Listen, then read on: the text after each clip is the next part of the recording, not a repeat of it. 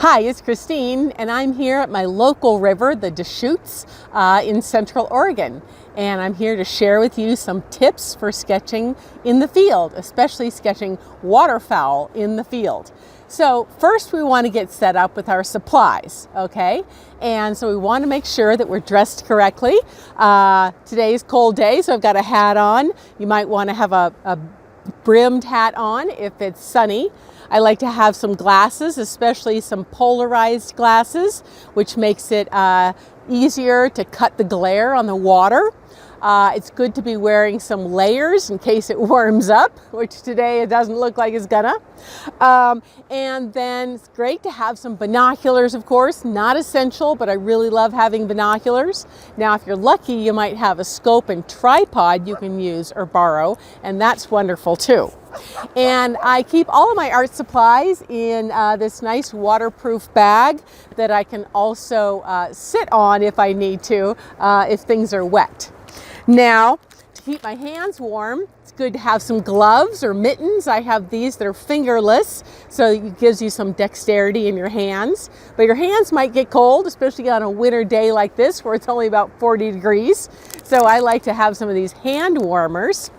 And then if you're out here for a while, you might get hungry, so it's good to have some healthy snacks and maybe something to drink, like some hot chocolate. So wintertime is a great time to be sketching waterfowl in the field. Sometimes it's the only time of year where some birds are coming through your neck of the woods. Like here on the Pacific Flyway, birds are going to be heading back pretty soon up to the tundra or high alpine lakes to breed. Okay, so anyway, we've got our supplies. Now I'm opening my bag and checking what other supplies we have in here. Let's see. So of course you want a field guide. That's nice to have. I've got this Birds of Oregon field guide. And in terms of art supplies, I like to have a really sturdy book, a hardcover book that you can easily hold in your hand and walk with. And then I've got some art supplies in another waterproof bag. And I try to keep it really simple, depending on the conditions and the weather. Might not want to stay out too long. But I've got a variety of pencils and pens and my water brushes and a little watercolor set. And of course, I always keep a list inside here of everything, so make sure that I can check that I have everything I need before I go out sketching. Now, I like to have paper of a couple different colors, and this book just happens to have white paper as well as toned paper, which means it's colored. And so I like to have colored paper that's either this warm kind of a sand color or a gray color. And there's a few reasons for that. One is that often if you're sketching in on the water or in snowy conditions, you're going to have a lot of glare coming off the water or the snow. And so if you sketch on colored paper, it's not so bad.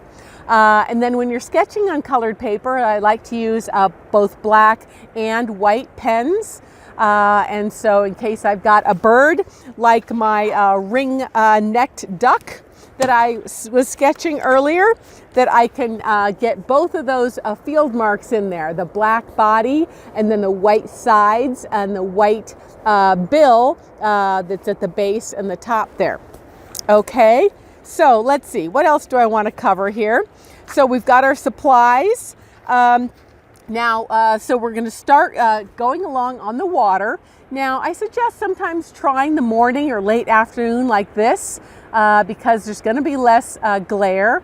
And also when you've got the sun coming on from the side, you're able to see the color in the bird better than if it's right on top. Like the iridescence of those beautiful mallards. Let's see. Also, when you're walking along, it's nice to try to find a railing like we have behind me or a place to sit like right here.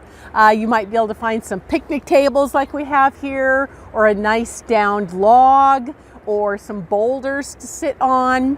So that makes it more convenient than standing. But you should be prepared to perhaps stand and be holding your sketchbook like this. And that's why you want a nice firm sketchbook, and you might want to practice at home in your backyard sketching from these sort of uncomfortable positions, like standing up or crouching, looking out on the water, or sitting cross-legged on a boulder. It's always good to practice that at home first. So when you're out in the field, it's good to be patient, of course. Walk up and down your stream or your lake slowly, looking. Sometimes the birds might be hiding. They might be in the reeds, like we have some of the dabbling ducks are often on the edges in the shallow areas in the reeds where you may not see them easily. And those diving ducks, they might be diving. So if you just look out in the water really quickly and look back and give up, you won't see them, because those diving ducks can dive under the water, like that ring-necked duck I showed you, and they could be gone for a minute or so. So have some patience. Also, I suggest that you get happy and used to sketching things that are a little bit far away. Now, you don't get as many details, but I think sometimes it's even better because you get the basic silhouette and the basic color patterns. Like we've got some Canada geese here, and basically all I can see is their big body in the water, and their white cheek and the white side and rump there.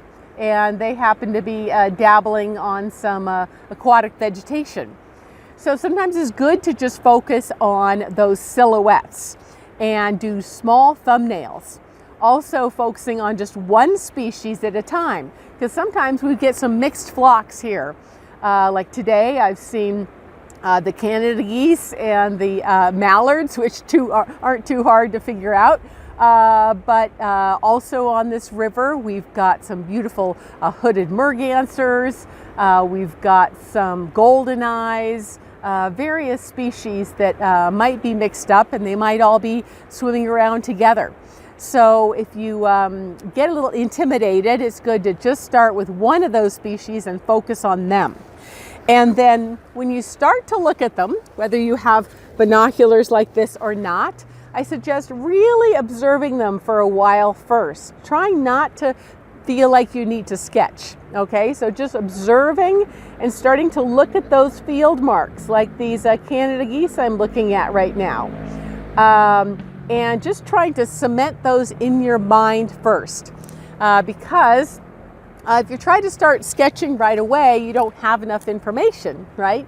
And also, if you start sketching, they might fly away.